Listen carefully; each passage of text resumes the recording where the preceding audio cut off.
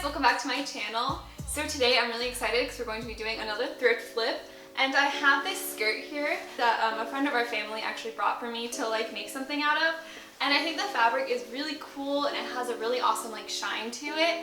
And I thought about for a while what I want to make out of it, and I've never made a bodice with like really big bishop sleeves, so I thought I would give it a try today out of this, and it's going to be so extra. I'm so excited about it. And then in the back I was also thinking about doing like a tie in the back. I have to see how that's going to work with this fabric though, because it's a little bit more on the stiff side. It doesn't really drape when you like lift it up like this. But I think it should work really nicely for these sleeves, so I'm really excited about it. And this I have here is about 1 yard of fabric, I'm guessing. So you can totally make this out of just regular fabric if you want to. And like I said, it shouldn't be too hard and it should be really cool, so I'm really looking forward to it. But before we get to cutting it all up, I wanted to take a minute really quickly and talk about today's sponsor, Skillshare. So Skillshare is a huge online learning community with thousands of classes for creators, and they have classes for all kinds of skill levels. So whether you're a beginner or already kind of advanced in your craft, Skillshare offers ways to better your skills no matter what level you're at. And Skillshare offers so many classes on basically any topic you can think of. So you can just search whatever you want and find tons and tons of results on like painting, photography, editing, filming, all kinds of stuff. And they're always adding new classes, so it's really fun to look through. And while I was looking through this time, one of the classes that really caught my eye was Fundamentals of DSLR Photography by Justin Bridges. And I thought that this was such an awesome class because as someone who's still kind of new to my DSLR camera, it goes through all of the steps on how to use your camera, so it makes it super easy to get started. And because Skillshare is specifically made for learning, there are no ads and they are always launching new classes. So if you want to start searching for a Skillshare class to work on that new hobby you've been thinking about, the first 1,000 of my subscribers to click the link in my description will get a 1-month free trial of Skillshare, so you can start exploring your creativity today. Thank you to Skillshare for sponsoring this video, and now it is time to start cutting up this skirt. I know that I literally just said that we're gonna start cutting, but actually before we do that, I wanted to show you guys a really quick before of the skirt to show you guys exactly what I'm working with.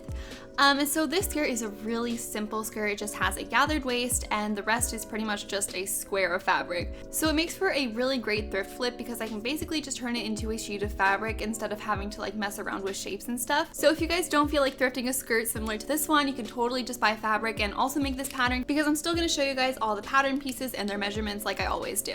And the first thing that we're going to cut off is this waistband. Like I said, this is just going to give us a really big piece of fabric to work from. And on the waistband, it also had these two really cute buttons. So I decided to cut those off and save them for later to use for this project. And then here I'm also cutting the other side of the seam on the waistband, because when we cut it off we didn't undo the other side, so it still had the seam in it. So when I cut it open, like you can see all the raw edges from the skirt, so I just took that all out so we had this piece to work from. But I did end up leaving the interfacing in it because I thought that would be a really great detail in the cuff. But later in the video, like you guys will see, I actually decided to get rid of the interfacing, so it was making the pieces just way too thick. But it is always fun to try to just save all the pieces that you can and use them in the project. So here is the cuff piece just laid out completely flat, and you're going to need to cut out 2 of these. And then here I'm just working with that big square piece of fabric we were left with, and although it looks like a giant piece of fabric to do whatever I want with, you actually have to be pretty careful still because there are seams through it. So I decided to just go ahead and cut all of those open so that I wouldn't accidentally like cut a piece over a seam, which I almost ended up doing actually. And here I am just tracing out the rest of my pattern pieces, and when you're cutting out sleeve pieces, I don't always show this, but I cut my piece into one symmetrical piece, and then at the very top you make one piece slope down slightly more than the other, and the side that is bigger is the back side. But anyway, here is that big sleeve piece laid out, and again you're going to cut 2 more of these. And then I'm just going to show you guys the rest of the pieces. So this is the front piece. I'm going to cut 1 of these, and then next up here is the side piece, and this one you're going to cut 2 of. And then this piece is the back piece, and it's really long and sloped like this because like I said, it's going to have a tie design. And that is all the pieces for the top, but we're also going to need some bias tape for this project. So I'm taking my scrap fabrics here and I'm going to fold this on the diagonal, so it's a 45-degree angle, and then cut down that fold. And then I'm going to measure and cut out 1.5-inch strips all down this piece. And the reason that we cut it on this diagonal is because this actually gives us a little bit of stretch, which gives the bias tape more mobility when we're using it. And you're just going to cut as many strips as it's going to take you to go all around the neckline and back of the top. And now it's time to start sewing all the pieces together. And this step is like pretty much the same every single time I sew a bodice, because we're going to take the center piece and we're going to sew one side piece to it on either side.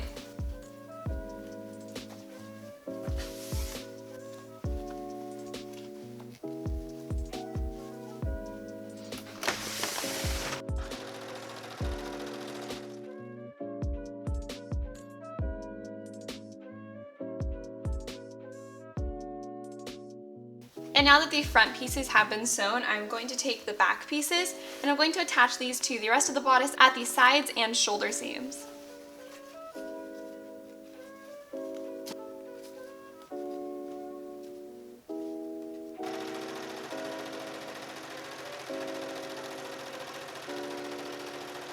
And with this bodice, I decided not to do a lining on it, just because the fabric's already on the stiffer side and I didn't want it to be like uncomfortable to wear. So while I'm sewing this, I'm going to be doing zigzag stitches down all of the raw edges of the bodice and the sleeves. And now you should have this pretty simple bodice, but I'm actually really into it so far. Look how cool this back is gonna be. I'm so excited about it. And now that this is fitting us really nicely, it's time to put on the giant sleeves. You guys know how much I love sleeves. I'm so excited. And the first step of this is just going to be taking our really big sleeves, folding them in half, and sewing all along this seam right here.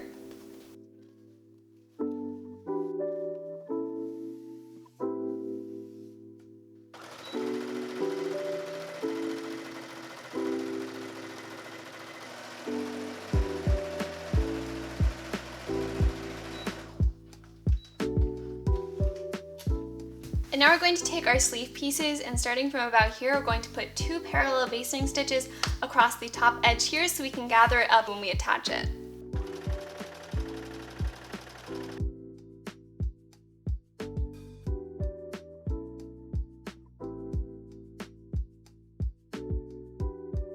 And now is the very exciting part of finally being able to attach the sleeves to the bodice. And the way we cut out our sleeves is that one side should slope slightly less than the other one, and the slightly bigger side should go towards the back of the bodice. So I'm going to match up the bottom of the sleeve to the side seam here, making sure to put these pretty side to pretty side. And then I'm going to find like roughly the top of the sleeve, and I'm going to pin that to the shoulder seam of the sleeve. And then the sleeve should be a little bit bigger than the armhole we're putting it into, so that's why we put these basting stitches here, and we're going to pull on 2 of the basting stitches on the same side of the fabric, and that is how you're going to gather up the fabric so that it fits into the armhole. And because the gathering is part of the style for this, it's going to be a little bit more dramatic than usual, and so you want the majority of the ruffles to be at the very top of the shoulder seam. And then once these fit together, I'm just going to put some pins and then sew all around the armhole.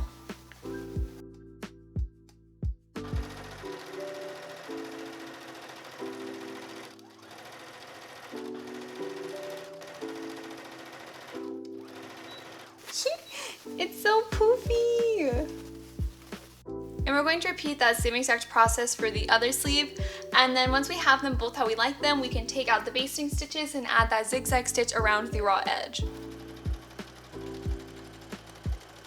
This is looking so awesome. I'm so excited. It looks so cool. Honestly, like these super long sleeves is like a vibe, but we do need to cut them down for the design we're actually going to be doing. So I'm just going to put a pin to mark where it hits a little bit past my wrist. And then I'm going to take it off and just cut right across that on both sides.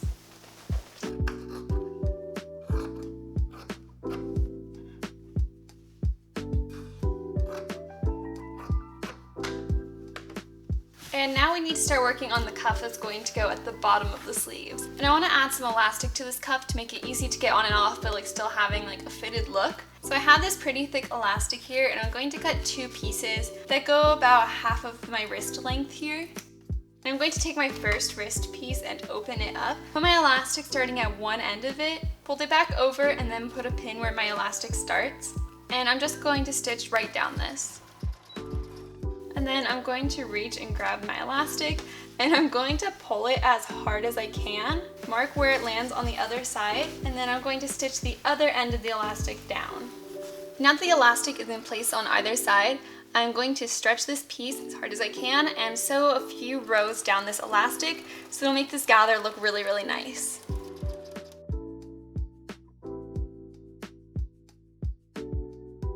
Now we're going to lay this piece onto our wrist, and I'm going to mark where it fits comfortably, and then I'm going to fold this piece in half and sew these together on the edge of where we put that elastic. I really like the look of this, but the functionality is not quite as good as I expected, so I actually think I'm going to try a different technique on the other cuff before going forward with either.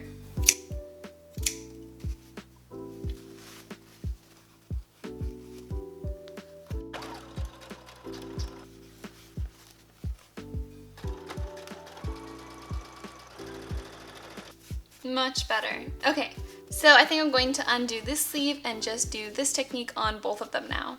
So I took that thin elastic and I cut 3 even strips about, again, the same size as half of my wrist here.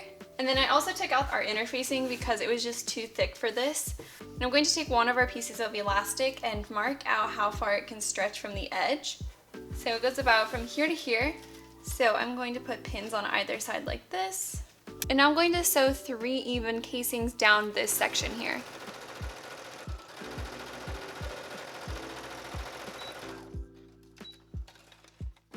And now I'm going to use a safety pin to guide our elastic through these casings we just made.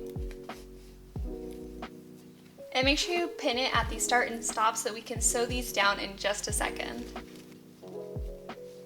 And now we're going to sew it down either side at the start and stop of our elastic to hold it in place. And then again, I'm going to put this around my wrist and mark where to sew it so it fits comfortably. And then I'm going to take the side without the elastic, open it up like this, and match up the top edge with the top edge of the elastic, fold it down like this, and then sew right across here. And then you can fold this piece back out and you should have your finished cuff. And we can finally start gathering up the bottom of the sleeve so that it can fit onto our tiny little cuffs. So again, to do this, I'm going to put 2 parallel basting stitches across the bottom edge of the sleeve this time.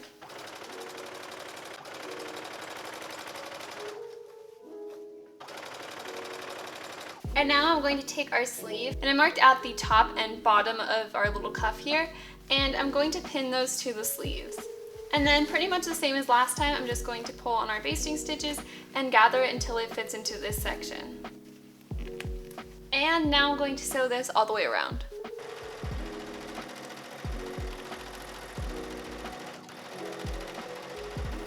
Yay, it worked! It looks so cool! Yeah, okay, cool. Time to do the next one.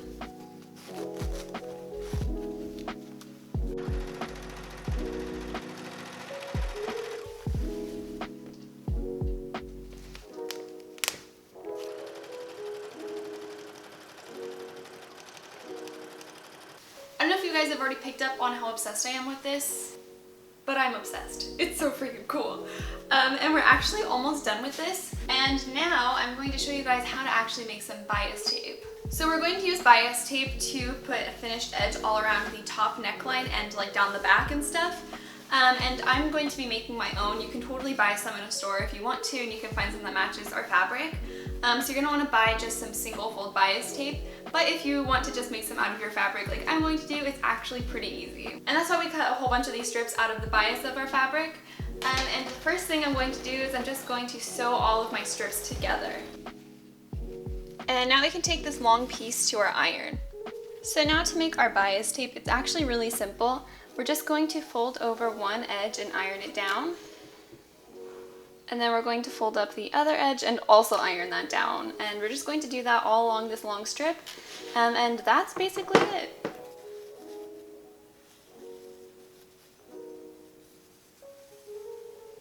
And now before we start attaching our bias tape, I want to make a few changes to the neckline of the bodice right now. So I have a water soluble pencil here and I'm going to use that to just mark out where I actually want the neckline to be. I'm just making it a bit more square and a bit lower, and now I'm going to take this off and cut around that, and then we can attach our bias tape.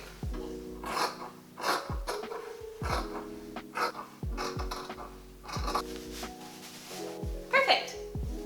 So the way we're going to use our bias tape is we're going to take one end of it and we're going to unfold the edge a little bit.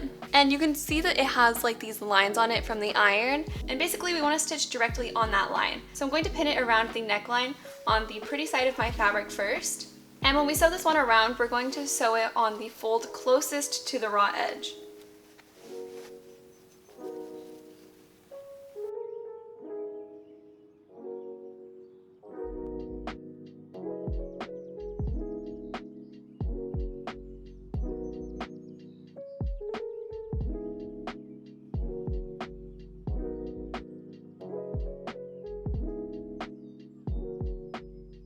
And now that we've sewn that around, I'm just going to trim our edges so they're a little bit shorter. And then we're going to take this edge, flip it up and over to the other side, and then I'll turn my fabric around and pin down and sew across this bottom edge now.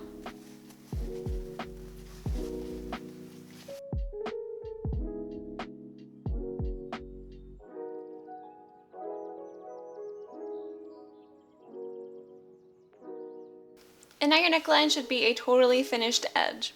Oh, and I just remembered I forgot to do it yesterday, but on the sleeves I'm also going to take the little buttons that I saved and I'm just going to sew them on next to where we did the little ruching as some little detailing.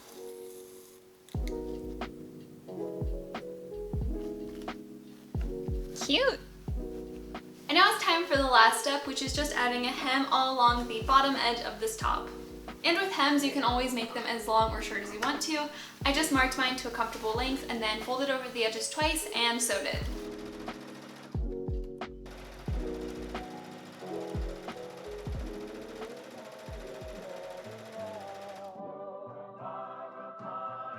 And here is the finished outfit.